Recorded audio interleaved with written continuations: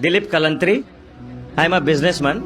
मेरे काफ़ी Muslim friends थे, वो अक्सर कहते थे मुझे कि इस्लाम में ब्याज से धंधा मतलब पैसा लेके धंधा करना गलत है।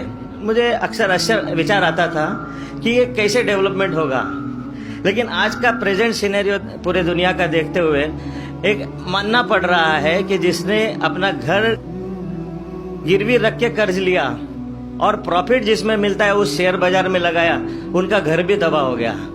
ये जो साइंस आज आपने बताया कि इस्लाम एक साइंस है, जैसे साइंस के ऊपर भी काम करता है, तो ये जो बात उन्होंने आज के 1400 साल पहले अगर कही होगी कि ब्याज लेना गलत है, हराम है, उसके पीछे इसकी क्या फिलॉसफी थी, ये मैं जानना चाहूंगा सर।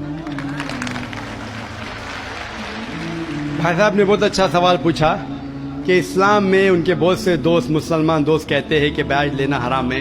वो ये नहीं जानते थे क्यों हराम है, लेकिन अभी पता चला कि जो दुनिया की हालत है इकोनॉमिक मेल्टडाउन में, वो जानना चाहते क्यों ये हराम है। और कुरान मजीद में कम से कम 8 जगह लिखा है ब्याज के बारे में।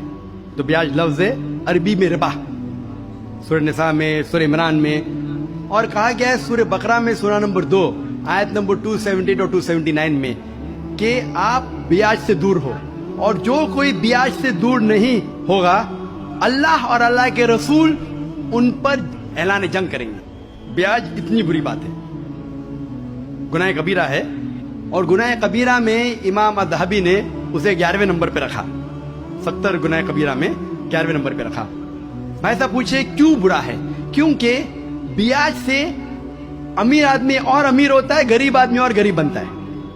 अमीर आदमी और अमीर होता है, गरीब आदमी और गरीब बनता है। आमतौर पे आप जब लोन लेने जाएंगे तो गरीब आदमी को लोन कहाँ मिलता है?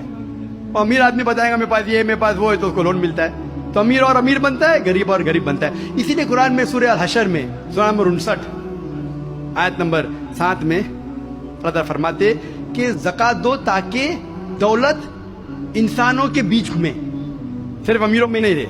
और ब्याज से क्या होता है? इन इस्लामिक फिलॉसफी हम कहते हैं प्रॉफिट एंड लॉस शेयरिंग। मुनाफा और नुकसान को हम बांटेंगे। मुनाफा और नुकसान बांटने से पूरी इकोनॉमी तरक्की करती है। और ब्याज से आप बैंक में ब्याज लेते हैं, मुनाफा या नुकसान 8%, 10%, 12% आपको देना ही देना, नुकसान या मुनाफा। लेकिन तो आप देखते शेयरिंग ऑफ द रिस्पॉन्सिबिलिटी, अगर नुकसान हुआ तो हम नुकसान शेयर करेंगे, प्रॉफिट हुआ प्रॉफिट शेयर करेंगे। ब्याज में क्या होता है? मिसाल के तौर पे बैंक में, मैं लंबी तकरीर दे चुका हूं इस पे, अभी वक्त नहीं है, सिर्फ ये बोलूंगा कि ब्याज में क्या होता है। मिसाल के तौर पे बैंक ए के पास सपोज 100 रुपया है, वो बैंक बी को 10 रुपया रख के 90 रुपया देती है बैंक बी को। बैंक बी उसमें से 9 रुपया रखता है, बाकी का 90% देता है बैंक सी को। बैंक सी 10% रखती, 90% दिखती डी को, डी देता है ई को। तो लोग कहते हैं मार्केट में हजारों रुपये है कितने? 100 रुपया। तो आज की तहकीक कहते हैं मार्केट में फ्लोट हो रहा है $6 ट्रिलियन, है तो कुछ नहीं, बहुत कम फ्लोट हो रहा है $6 ट्रिलियन। एक जन बेचता है, सब लोग बेचने शुरू होते हैं। लीमैन ब्रदर्स, कौन सोच सकता था कि लीमैन ब्रदर नंबर 1 बैठ जाएगा? उसके बाद सिटी ग्रुप, एक बेटा सब बेचते गए पूरी दुनिया में एक के बाद एक। तो क्योंकि it doesn't improve the society. Islamic पे के अंदर जांच पड़ताल होती, किसको लोन देना किसको नहीं देना, प्रॉफिट एंड लॉस शेयरिंग है। सन 1980 में बैंक फंड करती थी गैम्बलिंग डेन को, शराब खाने को, कॉमन हो गया।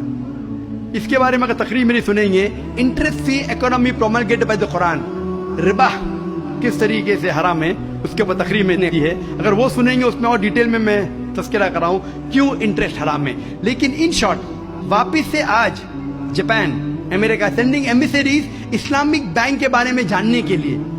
हमारी गवर्नमेंट के पास हम गए थे, मैं फाइनेंस मिनिस्टर चिदम्बरम जो फाइनेंस मिनिस्टर थे उनसे जिक्र किया था कि अब इस्लामिक बैंकिंग क्यों नहीं शुरू? इंशाल्लाह करेंगे जब मेरी मुलाकात हुई थी जद्दा में। लेकिन आरबीआई परमिशन नहीं दे रही है क्योंकि उन्हें तहकीक नहीं की। इंग्लैंड दे चुकी है, कई मुमालिक दे चुके हैं। इंडिया भी अगर इस्लामिक बैंक को जिसमें प्रॉफिट एंड लॉस शेयरिंग है अगर उसकी इजाजत दी तो इंशाल्लाह इंडियन इकोनॉमी भी बढ़ेगी इंशाल्लाह। Hope the answer the question.